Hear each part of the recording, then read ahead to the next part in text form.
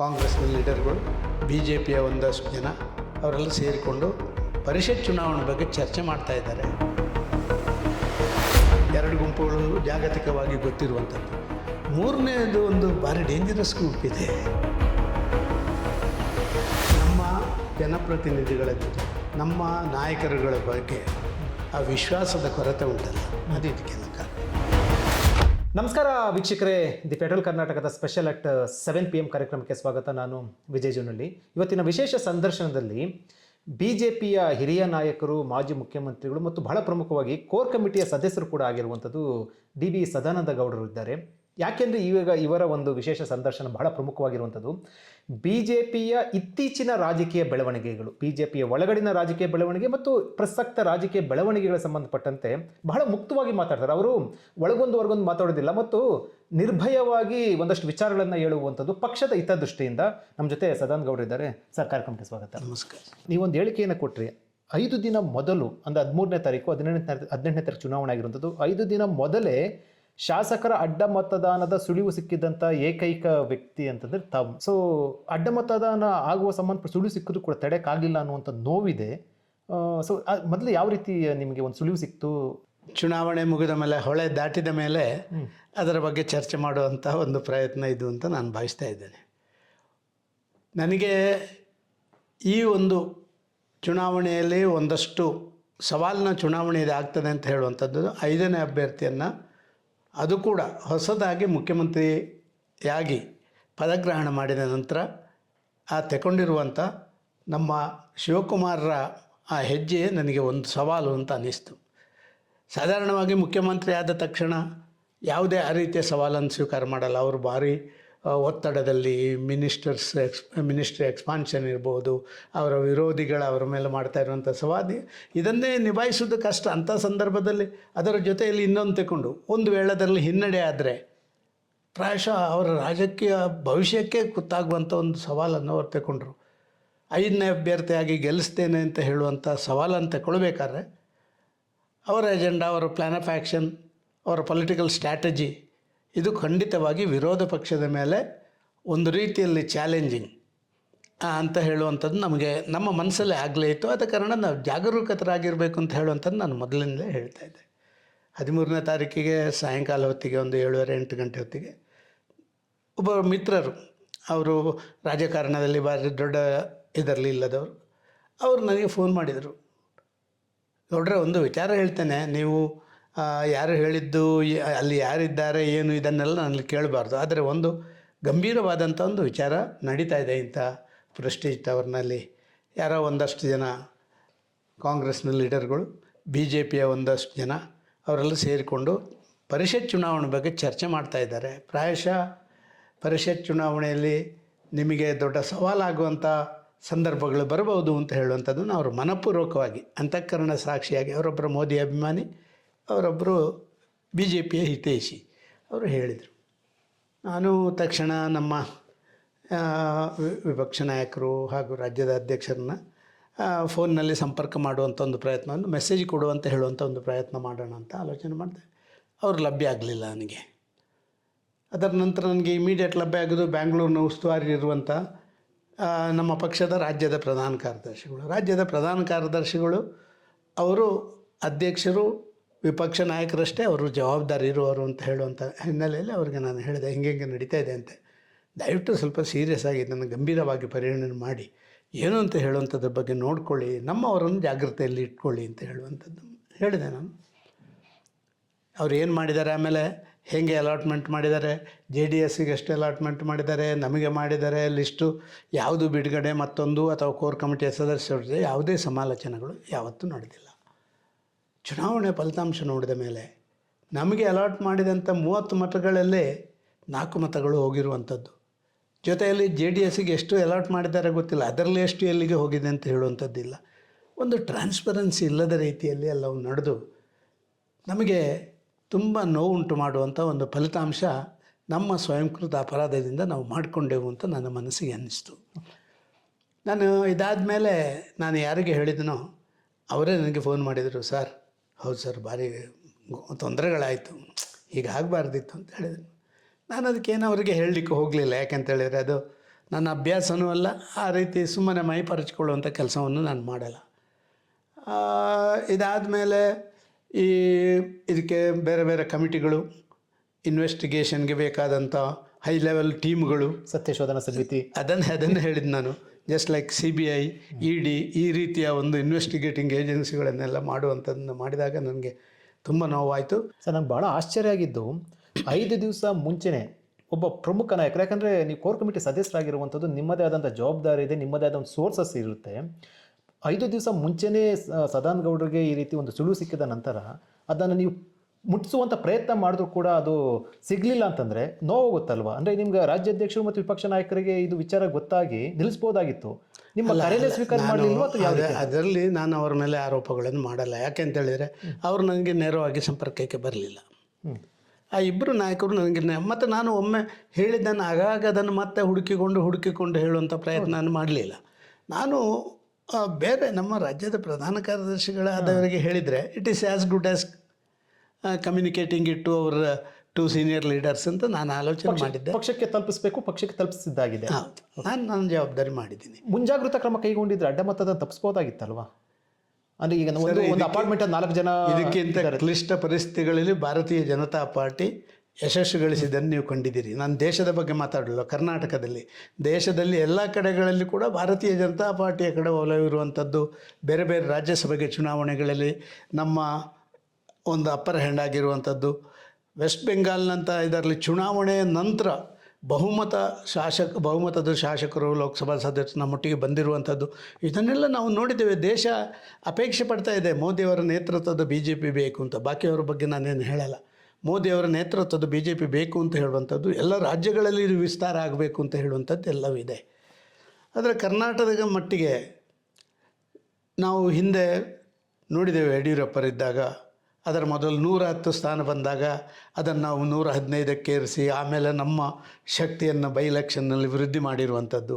ಇತ್ತೀಚೆಗೆ ನಾವು 17 ಜನರನ್ನು JDS ಮತ್ತು ಕಾಂಗ್ರೆಸ್ನವರನ್ನು ನಮ್ಮ ಪರವಾಗಿ ಹೋಲಿಸಿಕೊಂಡದ್ದು, ಸಚಿವರಾಗಿದ್ದು ಅಂತ ಬಂದಿದ್ದು, ಇದೆಲ್ಲವೂ ನಾವು ನೋಡಿದಂಥ ಸಂಗತಿಗಳು. ಆದ ಕಾರಣ ಕರ್ನಾಟಕದಲ್ಲಿ BJPಗೆ ಎಲ್ಲ ಸಾಮರ್ಥ್ಯ ಹಿಂದೆ ಇತ್ತು, ಅದೇನೋ ಸ್ವಲ್ಪ ಶಿಥಿಲ ಆಗಿದೆ ಅಂತ ನನಗೆ ಅನಿಸಿದೆ ಅಷ್ಟೇ. ಯಾಕೆ BJP ಮುಂಚಿನ ಶಕ್ತಿ ಸಾಮರ್ಥ್ಯ ಈಗಿಲ್ಲ, ಶಿಥಿಲ ಆಗಿದೆ ಅಂತ ಅನಿಸುತ್ತೆ? ಆ ರೀತಿ ಆಗಿದೆಯಾ? ಮುಂಚೆ ಇರೋಕ್ಕಿಂತ ಶಕ್ತಿ ಈಗಿಲ್ಲ ಅನ್ಸುತ್ತೆ BJP, ರಾಜ್ಯ BJPಗೆ? ಇರ್ತಿದ್ರೆ ನಾವು ಬೇರೆಯವರನ್ನು ಹೇಳ್ಕೊಂಡು ಬಂದು ನಮ್ಮೊಟ್ಟಿಗೆ ಸೇರಿಸ್ಕೊಂಡು ನಮ್ಮ ಪಕ್ಷವನ್ನು ಬಲಪಡಿಸಲಿಕ್ಕೆ ನಮಗೆ ಸಾಧ್ಯ ಆದರೆ ಇದ್ದವರನ್ನು ಉಳಿಸ್ಕೊಳ್ಳಿಕ್ಕೆ ಯಾಕೆ ಸಾಧ್ಯ ಆಗಲ್ಲ? ಕಾರಣ ಏನದಕ್ಕೆ? ಎಲ್ಲೋ ಮಧ್ಯದಲ್ಲಿ ವಿಶ್ವಾಸದ ಕೊರತೆ, ನಾಯಕರು ಶಾಸಕರುಗಳ ಮಧ್ಯೆ ವಿಶ್ವಾಸದ ಕೊರತೆ ಎದ್ದು ಕಾಣ್ತಾ ಇರುವಂಥದ್ದು ನಾವು ಕಾಣ್ತೀವಿ. ಇಲ್ಲದಿದ್ದರೆ ಈ ಪರಿಸ್ಥಿತಿ ಆಗಲಿಕ್ಕೆ ಸಾಧ್ಯವೇ ಇಲ್ಲ. ನಿಜ, ನಾನು ಅದನ್ನೂ ಹೇಳ್ತೀನಿ.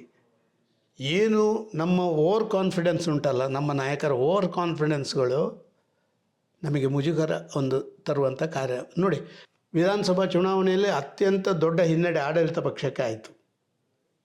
ದಕ್ಷಿಣ ಭಾರತದ ಒಂದು ಆಡಳಿತ ಮಾಡುವಂಥ ಒಂದು ರಾಜ್ಯದ ಬಾಗಿಲು ಅರ್ಧ ಮುಚ್ಚುವಂಥದ್ದಾಯಿತು. ಅದರ ನಂತರ 2 ಬೈ ಎಲೆಕ್ಷನು ನೋಡಿ. ನೀವು ನಮ್ಮ ಬೈ ಎಲೆಕ್ಷನ್ನಲ್ಲಿ ರಾಮನಗರದಲ್ಲಿ NDA ಅಭ್ಯರ್ಥಿ ಗೆದ್ದು NDA ಜೊತೆ BJP ಆಮೇಲೆ ಸೇರಿದ ಮೇಲೆ ಆದಂಥ ಚುನಾವಣೆಯಲ್ಲಿ ನಾವು ಸೋಲ್ತೇವೆ ಅಂತೇಳಿದರೆ ಇದರ ಬಗ್ಗೆ ಚರ್ಚೆಗಳು, ಆತ್ಮಾವಲೋಕನ ಸಭೆಗಳು ಯಾವತ್ತೂ ನಡೆದಿಲ್ಲ. ಹೇಗೆ ಪೊಲಿಟಿಕಲ್ ಸ್ಟ್ರಾಟಜಿಯನ್ನು ಬದಲಾವಣೆ ಮಾಡಬೇಕು, ಕಾಲಕ್ಕೆ ಸರಿಯಾದ ರೀತಿಯಲ್ಲಿ ಬೇರೆ ಬೇರೆ ಪಕ್ಷಗಳು ಒಂದಾದ ಮೇಲೆ, ನಮ್ಮ ವಿರೋಧ ಪಾಳಯದಲ್ಲಿ ಆಲ್ರೆಡಿ ಅವರು ಒಂದು ಹೆಜ್ಜೆ ಮುಂದೆ ಹೋದ ಮೇಲೆ ಅವ್ರನ್ನ ಹೆಡೆಮರಿ ಕಟ್ಟಲಿಕ್ಕೆ ಏನು ಮಾಡಬೇಕು ಅಂತ ನಾವು ಬರೇ ಒಂದು ಪ್ರೊಟೆಸ್ಟ್, ಒಂದು 500 ಜನ 200 ಜನ 300 ಜನ ತರೋದು, ಪ್ರೊಟೆಸ್ಟ್ ಮಾಡೋದು. ಅದರಿಂದ ಮಾಧ್ಯಮದಲ್ಲಿ ಭಾರಿ ವಿರೋಧ ಪಕ್ಷ ಹಾಗೆ ಕೆಲಸ ಮಾಡೋದಲ್ಲ. ವಿರೋಧ ಪಕ್ಷ ವಿಧಾನಸಭೆಯ ಒಳಗೆ ನಮ್ಮ ಎದುರಾಳಿಗಳಿಗೆ ಉತ್ತರ ಕೊಡದ ಹಾಗೆ ಅವರ ಮೇಲೆ ದಾಳಿ ಮಾಡೋದೇ ವಿರೋಧ ಪಕ್ಷದ ನಿಜವಾದ ಶಕ್ತಿ. ವಿರೋಧದ ಪಕ್ಷ ಕಾಂಗ್ರೆಸ್ನ ವಿರುದ್ಧ ರ್ಯಾಲಿ ಮಾಡಿ ಒಂದು 500 ಅದು ಮಾಡೋದಲ್ಲ, ಸಾರ್ವಜನಿಕರಿಗೆ ವಿಚಾರಗಳನ್ನು ವಿಮರ್ಶೆ ಮಾಡಿ ವಿಧಾನಸಭೆಯಲ್ಲಿ ಬರೀ ಆರ್ಗ್ಯುಮೆಂಟ್ ಮಾಡೋದಲ್ಲ, ಜಡ್ಜ್ಮೆಂಟ್ ನಾವು ಕೊಡಲಿಕ್ಕೆ ತಾಕತ್ತಿದ್ದೇವೆ ಅಂತ ಹೇಳಿ ತೋರಿಸ್ಕೊಡುವಂಥದ್ದು ಮಾಡಬೇಕಾಗಿತ್ತು. ನಾನು ವಿರೋಧ ಪಕ್ಷದ ಉಪನಾಯಕನಾಗಿ ಕೆಲಸ ಮಾಡಿದ್ದೀನಿ. ನಾನು ವಿಧಾನ ಪರಿಷತ್ನಲ್ಲೂ ವಿರೋಧ ಪಕ್ಷದ ನಾಯಕನಾಗಿ ಕೆಲಸ ಮಾಡಿದ್ದೀನಿ.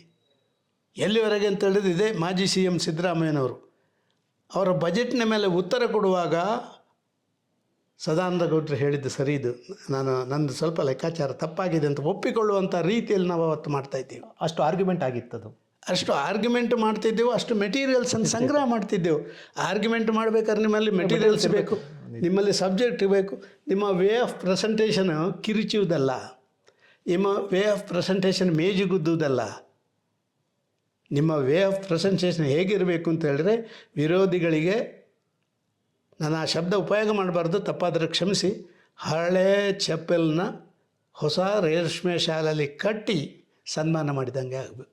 ಈ ಪ್ರತಿಪಕ್ಷ ಈಗ ಅಂದರೆ ಬಿ ಜೆ ಪಿ ಈಗ ಇದೆಲ್ಲ ಆದ ನಂತರ ಆತ್ಮಾವಲೋಕನ ಸಭೆ ಮಾಡ್ತೀವಿ, ನಾನು ಸದಾನಂದ ಗೌಡರ ಬಳಿ ಮಾತಾಡ್ತೀನಿ ಅಂತ ವಿಜೇಂದ್ರ ಅವರು ಹೇಳಿದ್ರು. ದೆಹಲಿಯಲ್ಲಿ ಹೇಳಿದ್ರು. ಇದೇ ಪ್ರಶ್ನೆ ಕೇಳಿದೆ, ಏನು ಸರ್ 5 ದಿನ ಮುಂಚೆ ನಿಮ್ಗೆ ಗೊತ್ತಾಗಿತ್ತು ಸದಾನಂದ ಗೌಡರಿಗೆ, ನಿಮ್ಮ ಮಾಹಿತಿ ಕೊಡೋಕ್ಕೆ ಆಗಲಿಲ್ಲ, ನಿಮ್ಮ ಪ್ರಧಾನ ಕಾರ್ಯದರ್ಶಿಗೆ ಮಾತ್ರ ಮಾಹಿತಿ ಕೊಟ್ಟಿದ್ದಾರೆ, ಏನಾಯಿತು ಅಂದರೆ, ಇಲ್ಲ ಸದಾನಂದ ಗೌಡರ ಬಳಿ ಮಾತಾಡ್ತೀನಿ, ಈಗ ಆತ್ಮಾವಲೋಕನ ಸಭೆ ಮಾಡ್ತೀನಿ ಅಂತ ಹೇಳ್ತಾರೆ. ಆತ್ಮಾವಲೋಕನ ಸಭೆ ಮಾಡಿದೆಲ್ಲ ಸರ್ ಹೋಗುತ್ತಾ ಸರ್? ಖಂಡಿತ. ಸ್ವಲ್ಪ ಮಟ್ಟಿಗೆ ನೀವು 10 ಜನ ಕೂತ್ಕೊಂಡು ಎಲ್ಲಿ ತಪ್ಪಾಗಿದೆ, ಈ ತಪ್ಪಿಗೆ ನಾವು ಹೆಂಗೆ ಜವಾಬ್ದಾರಿ, ಸದಾನಂದ ಗೌಡರು ಇದಕ್ಕೆ ಏನು ಹೇಗೆ ಜವಾಬ್ದಾರಿ, ಇವರು ಇದನ್ನು ಸರಿ ಮಾಡುವಂಥದ್ದು ನಿಮ್ಮಲ್ಲಿ ಇತ್ತು ಸರ್, ನೀವು ಮಾಡಲಿಲ್ಲ ಅಂತ ಹೇಳುವಂಥ ರೀತಿಯಲ್ಲಿ ನನ್ನನ್ನು ಪಿನ್ ಪಾಯಿಂಟ್ ಮಾಡಿ ನಾವು ಇನ್ಡೆಪ್ತ್ ಅದನ್ನು ಒಂದು 10 ಜನ ಕೂತ್ಕೊಂಡು, ಪ್ರಮುಖರು ಕೂತ್ಕೊಂಡು ಮಾಡಿದ. ಹಿಂದೆ ಯಡಿಯೂರಪ್ಪರಿರುವಾಗ ನಾನು ಅಧ್ಯಕ್ಷ ಆಗಿದೆ 4 ವರ್ಷ ಸರ್. 6 ತಿಂಗಳಿಗೊಮ್ಮೆ ಪ್ರತಿ ಜಿಲ್ಲೆಯ ಪ್ರಮುಖರ ಒಂದು ಮೀಟಿಂಗ್ ನಾವು ನಮ್ಮ ಆಫೀಸ್ನಲ್ಲಿ ಕರಿತಾಯಿದ್ದೆವು. 2 ಗಂಟೆ ಅವ್ರಿಗೇನು ಹೇಳಲಿಕ್ಕೆ ಅವಕಾಶ ಕೊಡ್ತಾಯಿದ್ದೆವು. ಆ ಕಾರ್ಯಕರ್ತರ ಮನಸ್ಸಿಗೆ ಒಂದು ನೆಮ್ಮದಿ ಆಗ್ತೈತಿ, ಏನು ಆಗ್ತದೆ ಹೋಗ್ತಾ ಬಿಡಿ, ನನಗೊಂದು ಹೇಳಬೇಕಿತ್ತು, ಸರಿ ಉಗಿದೆ ಅವನ ಮುಖಕ್ಕೆ ಅಂತ ಹೇಳುವಂಥ ರೀತಿಯಲ್ಲಿ ಆ ಭಾವನಾತ್ಮಕ ಸಂಬಂಧಗಳ ಜೋಡಣೆ ಇತ್ತು. ಚರ್ಚೆನೇ ಆಗ್ತಾ ಇಲ್ಲ, ಮುಖಂಡರು ಸಭೆ ಕಡೆ ಎಲ್ಲದ ಕಡೆ ಅಂದರೆ ಸರ್ ನಾವು ಇದಕ್ಕೆ ಕೇವಲ ನಮ್ಮ ರಾಜ್ಯದ ನಾಯಕರನ್ನು ನಾನು ಹೇಳ್ತಾ ಇಲ್ಲ, ನಮ್ಮ ಕೇಂದ್ರದ ವರಿಷ್ಠರು ಕೂಡ ಈ ಆತ್ಮಾವಲೋಕನ ಸಭೆಗಳನ್ನು ಮಾಡಬೇಕು. ಕೇವಲ ರಾಜ್ಯ ಮಟ್ಟದಲ್ಲಿ ಅಲ್ಲ, ಜಿಲ್ಲಾ ಮಟ್ಟದಲ್ಲಿ ಏನಾಗಿದೆ, ಎಲ್ಲ ಜಿಲ್ಲೆಗಳಲ್ಲಿ ಕೂಡ ನಮ್ಮೊಳಗೆ ಆಂತರಿಕವಾದಂಥ ಭಿನ್ನಾಭಿಪ್ರಾಯ ಇರೋದನ್ನು ನಾವು ನೋಡ್ತಾ ಇದ್ದೇವೆ, ಇವತ್ತು ಕೂಡ ನೋಡ್ತಾ ಇದ್ದೇವೆ. ಎಷ್ಟೋ ಜನ ನಮ್ಮ ಪ್ರಮುಖ ಕಾರ್ಯಕರ್ತರು ಸರ್ 1 ನಿಮಿಷ ಬಾಗಿಲಾಕಿ ಮಾತಾಡ್ಬೋದು ಅಂತ ಹೇಳಿ ಬಾಗಿಲಾಕಿ ಮಾತಾಡುವಂಥ ದಯನೀಯ ಪರಿಸ್ಥಿತಿ ನಮ್ಮ ಅಂಥ ಒಂದು ಇಷ್ಟು ದೊಡ್ಡ ಪಕ್ಷಕ್ಕೆ ಬಂದರೆ ಎಲ್ರಿಗೂ ಹೆದರಿಕೆ. ಮಾತಾಡಿದರೆ ಸುಮ್ಮನೆ ಆಗುತ್ತೆ, ಮಾತಾಡಿದರೆ ಏನೋ ಹೇಳ್ತಾರೆ, ಮಾತಾಡಿದರೆ ನನ್ನನ್ನು ವಕ್ರದೃಷ್ಟಿಯಿಂದ ನೋಡ್ತಾರೆ, ನೀನು ಆ ಗುಂಪಿನವ ಅಂತ ಬ್ರ್ಯಾಂಡ್ ಮಾಡಿಬಿಡ್ತಾರೆ. ಎಷ್ಟು ಗುಂಪಾಗಿದೆ ಈಗ ಬಿ ಜೆ ಪಿಯಲ್ಲಿ ನಿಮ್ಮ ಪ್ರಕಾರ? ಸರ್ ಮಾಧ್ಯಮಗಳು ನಮಗೆ ಹೇಳುವ ಲೆಕ್ಕದಲ್ಲಿ ಒಂದು 2-3 ಗುಂಪುಗಳಿದೆ ಅಂತ ಮಾಧ್ಯಮಗಳು ಹೇಳುವಂಥದ್ದು, ನಾನು ಹೇಳುವಂಥದ್ದಲ್ಲ ಇದು, ಅದನ್ನು ಮತ್ತೆ ಸ್ಪಷ್ಟೀಕರಣ ಮಾಡ್ತೇನೆ. ಮಾಧ್ಯಮಗಳು ಹೇಳುವಂಥದ್ರಲ್ಲಿ 3 ಗುಂಪಿದೆ. 2 ಗುಂಪುಗಳು ಜಾಗತಿಕವಾಗಿ ಗೊತ್ತಿರುವಂಥದ್ದು, 3ನೇದು ಒಂದು ಭಾರಿ ಡೇಂಜರಸ್ ಗುಂಪಿದೆ. ಅವು ಈ ರೀತಿದಿದೆ ಅಂತ ಹೇಳುವಂಥದ್ದು ನೀವೆಲ್ಲ ಹೇಳುವುದನ್ನು ನಾವು ಕೇಳಿದ್ದೇವೆ. ಒಂದು ರೀತಿಯಲ್ಲಿ ಅದನ್ನು ವಿಶ್ಲೇಷಣೆ ಮಾಡಿ ಸ್ವಲ್ಪ ಮಟ್ಟಿಗೆ ಅದರಲ್ಲಿ ಸತ್ಯ ಇದೆ ಅಂತಲೂ ಕೂಡ ಅನ್ನಿಸ್ತದೆ. ಬೆಂಕಿಯಲ್ಲಿದೆ ಹೊಗೆಯಾಡಲ್ಲ ಅಂತ ಹೇಳ್ತಾರಲ್ವ, ಆ ರೀತಿ. ಈಗ 3 ಗುಂಪನ್ನ ಇದೇ ರೀತಿ ಬಿಟ್ಟು ಹೋದರೆ ಈ ಮನೆಯೊಂದು 3 ಬಾಗಿಲ ಅಂತ ಆಗಿದೆ ಅಲ್ವಾ, ಆ ರೀತಿ ಆಗುತ್ತಾ ಮುಂದೆ? ವಿಧಾನಸಭೆ ಚುನಾವಣೆ ಇರುವಂಥದ್ದು, ಚುನಾವಣೆ ಇರುವಂಥದ್ದು, ನೀವು ಕೇಳುವಂಥದ್ದು ಭವಿಷ್ಯದ ಬಗ್ಗೆ. ಇದು ಹಿಂದೆ ಆಗಿದೆ, ಈಗ ಬಾಗಿಲನ್ನು ಮುಚ್ಚುವಂಥ ಪ್ರಯತ್ನಗಳನ್ನು ಮಾಡ್ತಾ ಇದ್ದೇವೆ. 3 ಎಲ್ಲ ತೆಗೆದು ಒಂದೇ. ಯಾಕೆ ನಾವು ಶಿವರಾಮ ಹೆಬ್ಬಾರ್, ಯತ್ನಾಳ್, ಎಸ್ ಟಿ ಸೋಮಶೇಖರನ್ನು ನಮ್ಮ ಪಕ್ಷದಿಂದ ಯಾಕೆ ದೂರ ಇಟ್ಟೆವು?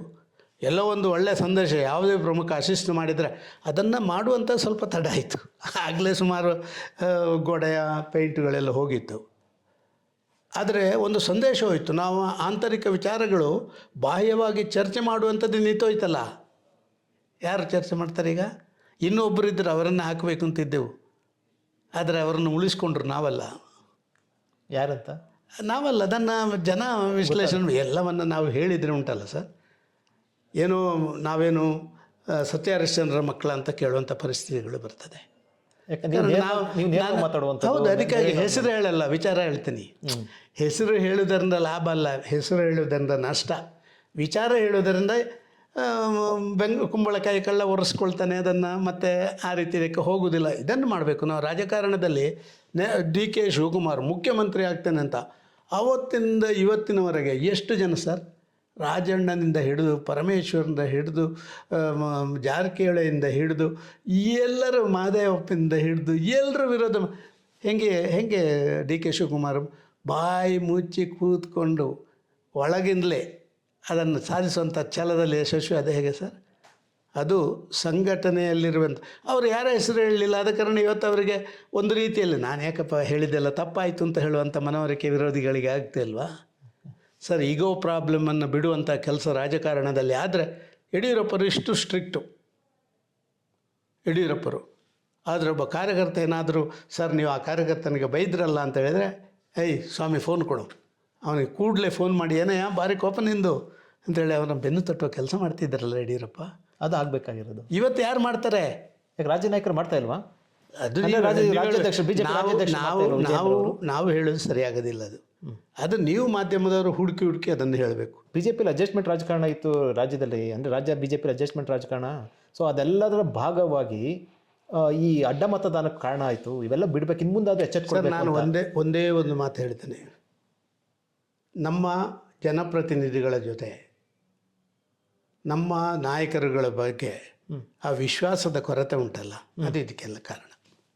ಅಡ್ಜಸ್ಟ್ಮೆಂಟ್ ಇದೆಯಾ ರಾಜಕಾರಣ ಇಲ್ಲಿ ರಾಜ್ಯ ಬಿಜೆಪಿಯಲ್ಲಿ? ಸರ್ ಅಡ್ಜಸ್ಟ್ಮೆಂಟ್ ಎಲ್ಲರೂ ಮಾಡ್ಬೋದು ಸರ್.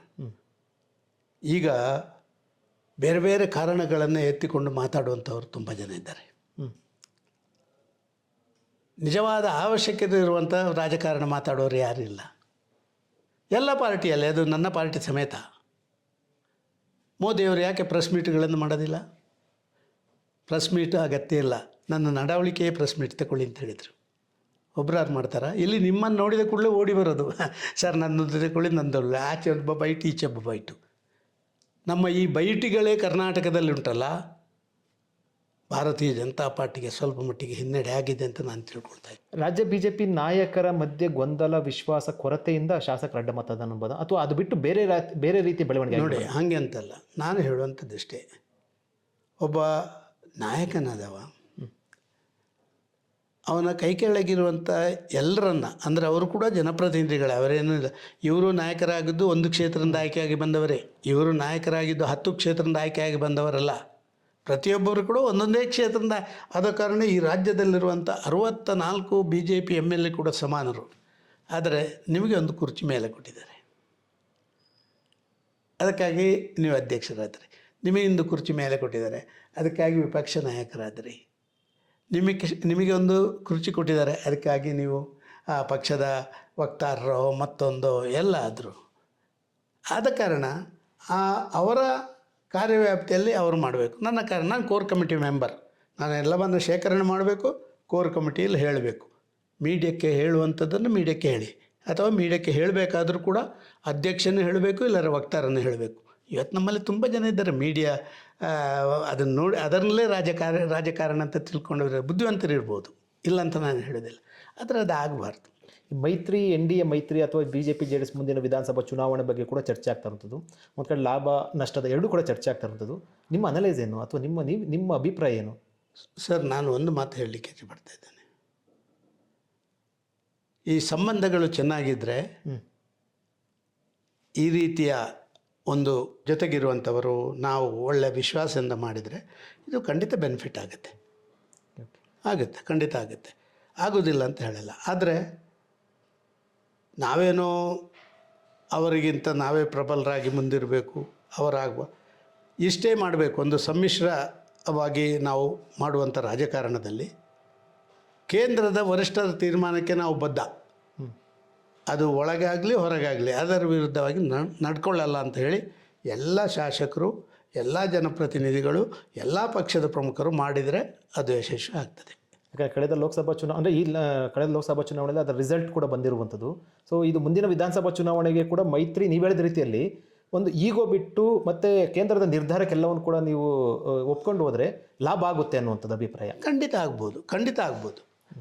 ಆದರೆ ಕೇಂದ್ರದವರಲ್ಲಿಯೂ ನನ್ನ ವಿನಂತಿ ಇದೆ, ಅವರು ಇಲ್ಲಿಯ ಪೊಲಿಟಿಕಲ್ ಸಿಚುವೇಶನ್ಸು ಗ್ರೌಂಡ್ ಲೆವೆಲ್ನಲ್ಲಿರುವಂಥ ವಿಚಾರದ ಅವರು ತೀರ್ಮಾನ ತಗೊಳ್ಳಿಕ್ಕೆ ಮುಂದೆ ನಮ್ಮನ್ನೆಲ್ಲ ಕರೆದೊಂದು ಸಮಾಲೋಚನೆ ಮಾಡಬೇಕು.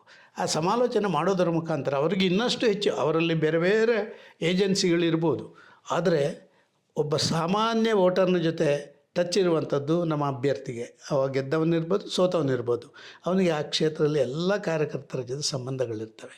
ಗೆದ್ದವನು 5 ವರ್ಷ ಸಂಬಂಧ ಇಟ್ಕೊಳ್ತಾನೆ, ಸೋತವನು ಮುಂದಿನ ಸರ್ತಿ ನಾನು ಗೆಲ್ಲಬೇಕು ಅಂತ ಹೇಳೋದಕ್ಕೆ ಬೇಕಾಗಿ ಸಂಬಂಧ ಇಟ್ಕೊಳ್ತಾನೆ. ಎಕ್ಸಾಕ್ಟ್ಲಿ. ಆದ ಕಾರಣ ಈ ಸಂಬಂಧದ ಮಧ್ಯೆ ಇರುವಂಥ ಸಣ್ಣ ಸಣ್ಣ ಕೊಂಡಿಗಳ ಬಗ್ಗೆ ಅದು ಕೇವಲ ಜನಪ್ರತಿನಿಧಿಗಳಿಗೆ ಮಾತ್ರ ಗೊತ್ತಿರಲಿ. ಅಂದರೆ ಚುನಾವಣಾ ಕಣದಿಂದ ಸಂಪೂರ್ಣವಾಗಿ ಹಿಂದೆ ಸರಿದ್ರೆ ಅಥವಾ ಮುಂದಿನ ರಾಜ್ಯಸಭಾ ಅಂದರೆ ಮುಂದಿನ ವಿಧಾನಸಭಾ ಚುನಾವಣೆ ಸಂಬಂಧಪಟ್ಟಂತೆ ಬರುವಂಥ ಬಿಲ್ಕುಲ್ ನಾನು ರಾಜ್ಯಸಭೆ ಇರ್ಬೋದು, ಲೋಕಸಭೆ ಇರ್ಬೋದು, ವಿಧಾನಸಭೆ ಇರ್ಬೋದು, ತಾಲೂಕು ಪಂಚಾಯತ್ ಇರ್ಬೋದು, ಜಿಲ್ಲಾ ಪಂಚಾಯತ್ ಇರ್ಬೋದು, ಯಾವುದೇ ಚುನಾವಣೆಗೆ ನಾನು ಎಲೆಕ್ಟ್ರಲ್ ಪೊಲಿಟಿಕ್ಸಿಗೆ ನಾನು ಇಳಿಯಲ್ಲ. ಬೇರೆ ಎಲ್ಲಿ ಯಾರು ಜವಾಬ್ದಾರಿ ಕೊಟ್ಟು ಹೋಗು ರಾಜ್ಯದ ಬಗ್ಗೆ, ರಾಜ್ಯಸಭೆಯಲ್ಲಿ ಏನಾದ್ರು ಮಾತಾಡಲಿಕ್ಕೆ ಆದರೆ ಮಾತಾಡು, ಅಥವಾ ಯಾವುದೋ ಒಂದು ರಾಜ್ಯಕ್ಕೆ ಹೋಗಿ ನಿನ್ನ ಅನುಭವದ ಮುಖಾಂತರ ಒಂದು ಸಂವಿಧಾನಬದ್ಧ ಹುದ್ದೆಯನ್ನು ಅಲಂಕಾರ ಮಾಡು ಅಂತ ಹೇಳುವಂಥದ್ದನ್ನು ಹೇಳಿದರೆ ಹೋಗ್ತೇನೆ. ಅವರೇನು ಕೊಡದಿದ್ದರೆ ಬೇಜಾರು ಪಟ್ಕೊಳ್ಳಲ್ಲ, ಬಿಲ್ಕುಲ್ ಬೇಜಾರು ಪಟ್ಕೊಳ್ಳಲ್ಲ. ಅವರಿಗೆ ನನ್ನಿಂದ ಏನಾದರೂ ಪ್ರಯೋಜನ ಉಪಕಾರ ಆಗುತ್ತೆ ಅಂತ ಹೇಳಿದರೆ ಪಕ್ಷಕ್ಕೆ ನನಗೆ ಇಷ್ಟವರೆಗೆ ಅವರು ಕೊಟ್ಟದ್ದಕ್ಕೆ ನನ್ನಿಂದ ಹೇಗೆ ಏನಾದ್ರು ಉಪಕಾರ ಆಗುತ್ತೆ ಅಂತ ಹೇಳುವಂಥ ಭಾವನೆಗಳು ಬೇರೆಯವನಿಗಿಂತ ನನಗೆ ಒಂದು 10%, 5% ಮಾರ್ಕ್ ಜಾಸ್ತಿ ಅಂತ ಅವರಿಗೆ ಅನಿಸಿದರೆ ಅವ್ರು ಮಾಡಿದರೆ ಸಂತೋಷ, ಮಾಡಿದರೆ ಬೇಜಾರಿಲ್ಲ. ಪಕ್ಷದಿಂದ ಉಚ್ಚಾಟನೆ ಮಾಡಿರುವಂಥ ಶಾಸಕರ ಪೈಕಿ ಈಗಾಗಲೇ ಕಾಂಗ್ರೆಸ್ ಜೊತೆ ಒಂದಿಬ್ಬರು ಶಾಸಕರು ಗುರುತಿಸ್ಕೊಂಡಿರಂದರೆ ನಿಮ್ಮ ಎಸ್ ಟಿ ಸೋಮಶೇಖರ್ ಮತ್ತು ಶಿವರಾಮ್ ಹೆಬ್ಬಾರ್ ಅವರು. ಬಸನಗೌಡ ಪಾಟೀಲ್ ಯತ್ನಾಳ್ ಅವರು ಮತ್ತೆ ಪಕ್ಷಕ್ಕೆ ಕರ್ಕೊಂಡು ಬರಬೇಕು ಅನ್ನುವಂಥ ಚರ್ಚೆ ಇರುವಂಥದ್ದು. ಅವರು ಕೂಡ ಬಹಿರಂಗವಾಗಿ ನಿಮ್ಮ BJP ಹೈಕಮಾಂಡ್ ನಾಯಕರಿಗೆ ಪತ್ರ ಬರೆದಿರುವಂಥದ್ದು. ನನ್ನ ಯಾಕೆ ಹೊರಗೆ ಹಾಕಿದ್ರಿ ಒಂದು ಸಂಬಂಧಪಟ್ಟಂತೆ ನೀವು ಅಂದರೆ ಮುಖ್ಯಮಂತ್ರಿಯಾಗಿ ಪಕ್ಷದ ಉನ್ನತ ಹುದ್ದೆನ ನಿಭಾಯಿಸಿ ರಾಜ್ಯದ ರಾಜಕಾರಣ ಗೊತ್ತಿರುವಂಥ ಹಿನ್ನೆಲೆಯಲ್ಲಿ ಯತ್ನಾಳ್ ಅವರು ಮತ್ತೆ ಪಕ್ಷಕ್ಕೆ ಕರ್ಕೊಂಡು ಬರಬೇಕು ಸೂಕ್ತ ಅನಿಸುತ್ತೆ ಸರ್? ನೋಡಿ, ಪಕ್ಷಕ್ಕೆ ಒಂದು ಓಟು ಜಾಸ್ತಿ ಬಂದರೂ ಕೂಡ ಅದು ಬೆನಿಫಿಟ್ಟೇ. ಅವರ ಇಡೀ ಕುಟುಂಬದ ಓಟು ಬಂದರೂ ಅದು ನಮಗೆ ಬೆನಿಫಿಟ್ಟೇ. ಅವರ ಹಿಂಬಾಲಕರ ಎಲ್ಲರ ಓಟು ಬಂದರೆ ಅದು ಭಾರಿ ಬೆನಿಫಿಟ್ಟು. ಆದ ಕಾರಣ ರಾಜಕಾರಣದಲ್ಲಿ ಯಾರೂ ಶಾಶ್ವತ ಮಿತ್ರರೂ ಅಲ್ಲ, ಯಾರು ಶಾಶ್ವತ ಶತ್ರುಗಳೂ ಅಲ್ಲ. ಆದರೆ ಸದಾನಂದ ಗೌಡರನ್ನು ಕರ್ಕೊಂಡು ಬರುವುದರಿಂದ ಆಗುವ ಲಾಭಕ್ಕಿಂತ ಅವನ ವಿರುದ್ಧ ಇರುವಂಥ ಜನಗಳೇ ಜಾಸ್ತಿ ಅಂತಾದರೆ ಆಗ ನಾವು ತೂಕ ಮಾಡಬೇಕಾಗತ್ತೆ. ಇಲ್ಲದಿದ್ದರೆ ಒಂದು ಪಕ್ಷ ಅದು ಮುಂದೆ ಹೋಗುವಂಥ ಸಂದರ್ಭಗಳಲ್ಲಿ ಆ ಸಮಯಕ್ಕೆ ಸಂದರ್ಭಕ್ಕೆ ಗೆಲುವಿನ ಮಾರ್ಜಿನ್ಗಳು ಮತ್ತೊಂದು ಪೈಪೋಟಿಗಳು ಜಾಸ್ತಿ ಇರುವಂಥ ಸಂದರ್ಭದಲ್ಲಿ ಯಾವುದು ಲಾಭ ಆಗುತ್ತಾ ಅದನ್ನು ತೂಕ ಮಾಡಿ ತಗೊಳ್ಬೇಕು. ಯಾರನ್ನು ತಗೊಳ್ಬೇಕು, ಏನು ತಗೊಳ್ಬೇಕು ಅಂತ ಕೇಂದ್ರವರು ತೀರ್ಮಾನ ಮಾಡಬೇಕು. ಆ ತಗೊಳ್ಳಿಕ್ಕೆ ಮೊದಲು ಇಲ್ಲಿಯವರನ್ನು ಕೂತ್ಕೊಂಡು ತಗೊಳ್ಬೇಕೋ ಬೇಡೋ ಅಂತ ಹೇಳುವಂಥ ನಿಶ್ಚಯಗಳನ್ನು ಮಾಡಬೇಕು. ತಗೊಂಡ ಮೇಲೆ ಅವರನ್ನು ನಮ್ಮೊಟ್ಟಿಗೊಮ್ಮೆ ಕೂರಿಸಿ ಅವರ ಸಮಕ್ಷಮದಲ್ಲೇ ನಮ್ಮನ್ನು ಎಲ್ಲ ಒಟ್ಟು ಮಾಡಿಬಿಡಬೇಕು. ಅದು ಒಟ್ಟು ಮಾಡದೇ ಮಾಡಿದರೆ ಆಗೋ ತೊಂದರೆಗಳಾಗ್ತದೆ. ಇದೇ ಪ್ರಶ್ನೆ ಬಂತು.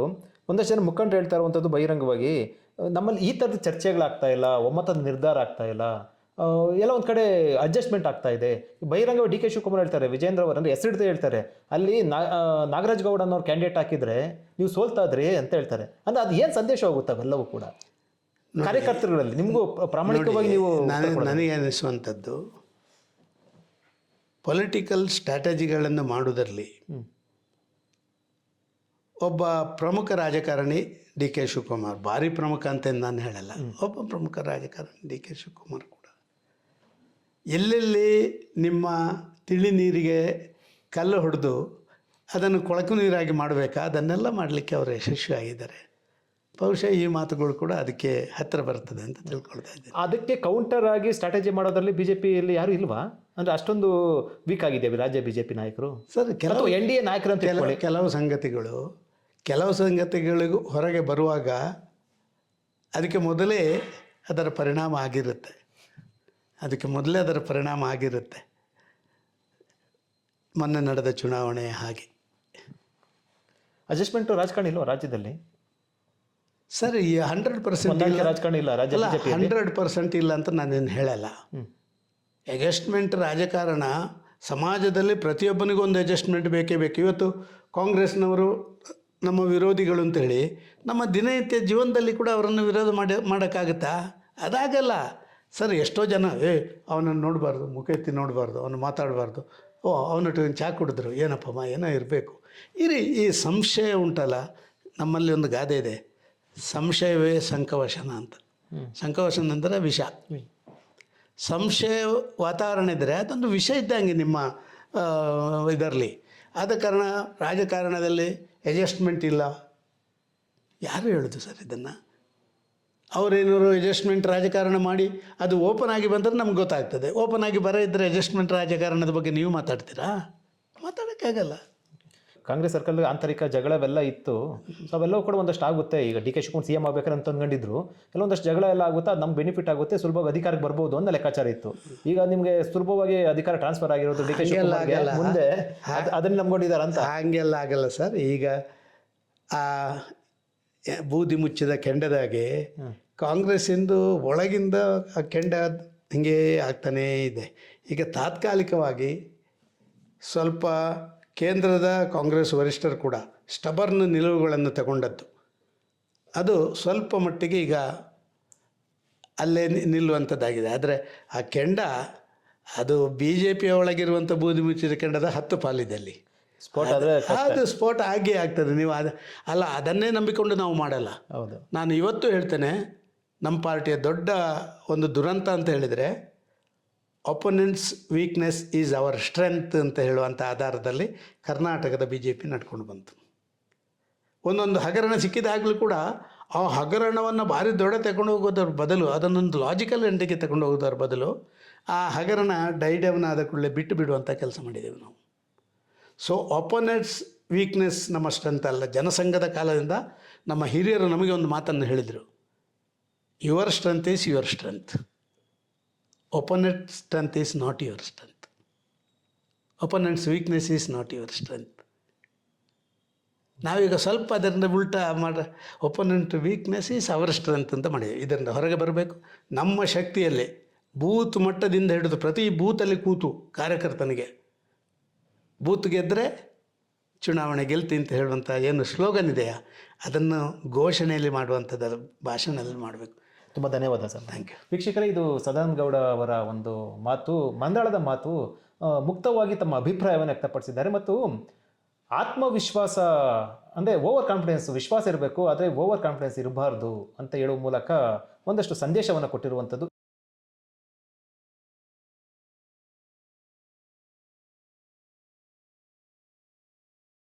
ಹೆಚ್ಚಿನ ಸುದ್ದಿ ಅಪ್ಡೇಟ್ಗೆ ಈಗಲೇ the federal Karnataka YouTube page ಅನ್ನು ಸಬ್ಸ್ಕ್ರೈಬ್ ಮಾಡಿ.